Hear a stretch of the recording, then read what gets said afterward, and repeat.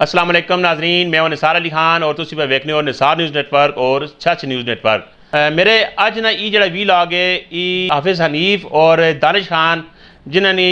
Death हो गई है चाइना ने अंदर चीन ने जड़े के डंकी मार के हांगकांग वेने की कोशिश पे करने आए और उन्होंने उत्थे फिर इस दौरान शहादत हो गई है। इस हवाले नाल उन्होंने जिसले इन्होंने दोवें शहादा नहीं मजता पाकिस्तान पहुंची है मैं बाकायदा वीलॉग किए और उस वीलॉग ने इन्होंने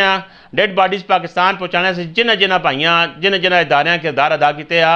मैं और मेरे ना साथियाँ और एहलियान जलालिया और एहलियान शाहडेर बाकायदा शुक्रिया अदा कर छड़िया। असी एक बार फिर भी उन्हें सारे ने मशकूर हाँ, लेकिन अज ने वीलॉग जड़ा है ये वे स्पेशल कार करी जलालिया वाले वास्ते जिसले दानिश खान की डेथ ना पता चला जलालिया घराने वेच और उत्थे हांगकांग ने मुकीम जितने भी जलालिया ने पाई आए हाफिज़ जावेद, बाबर तैमूर, रियाज खान, आरिफ खान और जितने भी जलालिए ने थे हांगकांग ने मुकीम मिठे प्यारे साथी आए उन्हें इस चीज़ से बड़ा अफसोस ने इजहार किया और उन्हें कोशिश शुरू कर दी है कि असी चीन चो पाकिस्तान मयत भिजवाने असी फंड इकट्ठे करा। उन्हें कुछ पैसे इकट्ठे कर भी किए आए लेकिन चूँकि असी मोमिन खान और फैसल भाई थे असी वजारत खारजा च भी बड़ी कोशिश कर रहे हैं। सर उन्हें दसा जी कि इतने असी हुकूमत पाकिस्तान इन्होंने अखराजात बर्दाश्त करसी टोटल खर्चा हुकूमत पाकिस्तान इन्होंने अदा कर करी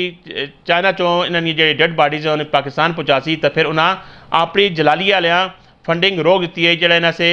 एक फंड इकट्ठा करने आए। कुछ अरसा गुजरा शायद थोड़ा जहा टाइम लग गया सरकारी तौर पर सरकारी काम होने फिर दूसरी हुकूमत दूसरा मुल्क आ उन्होंने अल्हम्दुलिल्लाह इतने डेड बॉडीज़ पाकिस्तान पहुँचाई गई तो हाफिज़ हनीफ शहीद और दानिश खान शहीद नहीं और उन्हें सपुर्द खाक कर दिता गया है। उन्होंने ढेरियाँ बढ़ा दी गई उन्होंने लवाकिन सुकून थोड़ा मिल गया है तो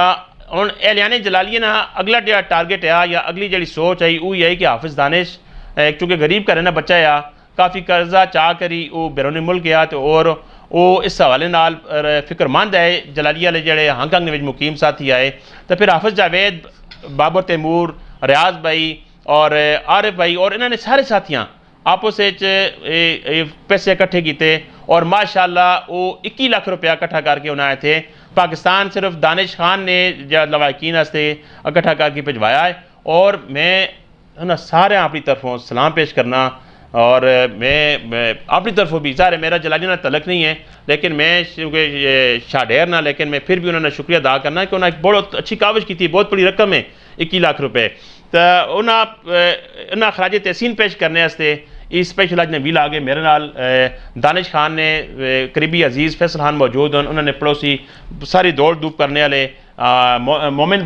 भाई एक अवामी समाजी शख्सियत लोग इन्होंने नाल प्यार करें इन लोगों बड़ा प्यार करने जलालिया नाल तो मैं गुजारिश करसा इस हवाले नाल फैसल खान अगे कि की आखना चाहते जी फैसल भाई तुम अपने जलालिया की आखना चाहते हो की पैगाम देना चाहते हो। बिस्मिल्लाहिर्रहमानिर्रहीम।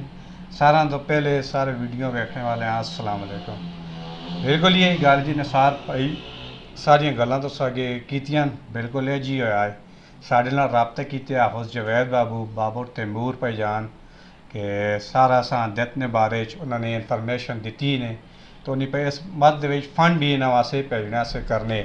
बड़ी सारे काम असा जो मतलब वजारत खारजा ने थ्रू हो गया फंड भी अप्रूव हो गए या थोड़ी टाइम लग गई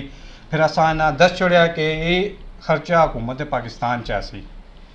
तो असा उन्हें हाफिज़ जावेद बाबू दस छोड़िया, बाबर तैमूर भाईजान दस छोड़िया ये सिस्टम में तो उन्हें फंड रोक छोड़िया। इस तो अलावा फिर उन्होंने जो जी सिस्टम आया प्रोसीजर आया मुकम्मल होया है उन्होंने डेड बाडियाँ जड़ियाँ वो पाकिस्तान खैर खरामियाँ पहुँचाई तो उस तो बाद फिर असा उन्होंने रबता किया चूँकि वो फंड इकट्ठा करने आए तो उन्हें एक अपनी कंपेन चलाई है जलालिया वाले हाफिज़ जावेद बाबू, बाबर तैमूर भाईजान, रियाज का गजी रहा, आरिफ का गजी रहा इन्हें सारा मिल के जोड़ा फंड भी 21-22 लाख रुपया उन्हें उधरों भेजा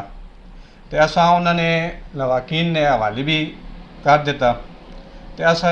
इन तो अलावा जड़े जड़े ना फंड ने जड़े जड़े भरावां उदों मदद की है जलाली ने बाहर ने जितने भी हैं असी उन्होंने बहुत शुक्रिया अदा करने कि दानिश भाई एक गरीब बच्चा आ वो सारा कर्जा कहन के गए तो असी बहुत बड़ा शुक्रिया अदा करने सारे जलाली वाले ना जेड़े जेड़े ना ਇਸ ਮਦ ਦੇ ਵਿੱਚ ਫੰਡ ਦੇ ਵਿੱਚ ਮਦਦ ਉਹਨਾਂ ਕੀਤੀ ਹੈ, ਅਸੀਂ ਸਾਰਿਆਂ ਨੇ ਸ਼ੁਕਰੀਆ ਅਦਾ ਕਰਨੇ ਆ। ਤੇ ਮੋਮਨ ਭਾਈ ਵੀ ਹੁਣ ਸ਼ੁਕਰੀਆ ਅਦਾ ਕਰ। ਬਾਅਦ ਜੀ ਨਿਸਾਰ ਭਾਈ ਵੀ ਸਾਰੀਆਂ ਗੱਲਾਂ ਕਰ ਛੁੜੀਆਂ ਤੇ फैसल भी ते लिहाजा यही मुख्तसरन ही है कि जिस किरदार अदा किया ते दिल नाल असीं उसने शुक्रिया अदा करने जलालिया वाले ने भी ते बाहरे वाले ने भी जिस जो कदम उठाया दानिश से मोहम्मद हनीफा से उसने बहुत बहुत शुक्रिया जी। बहुत शुक्रिया जी, तुसां गल्लां सुनियां मोमन भाई ने भी और फैसल भाई ने भी। और एक बार फिर तुसां दसना है कि ये डेड बॉडीज़ पाकिस्तान पहुँचाई गई, इस से किसी ना 1 रुपया भी नहीं लगा फंड, ये सिर्फ और सिर्फ हुकूमत पाकिस्तान ने फंड नाल मजता पाकिस्तान पहुँची। और बाद जो फंड उन्हें फिर इकट्ठा किया पिया और वो अलहमदुलिल्लाह इन्हें इतने जलालिया लिया पाकिस्तान भिजवा दिता दानिश की फैमिलियाँ। और मेरी मालूमात के मुताबिक कि जिन्होंने लोगों को कर्ज किया पिया दानिश खान, उन्हें भी आमले तौर पर उन्हें माफ़ कर दिता, उन्हें भी खराज तहसीन, उन्होंने भी बहुत शुक्रिया। और इस हवाले नाल जिस भी दामे दरमे सुख ने जो भी किरदार अदा किया है, सारे सलाम और इसी नाल इजाज़त दो। अल्लाह हाफिज़।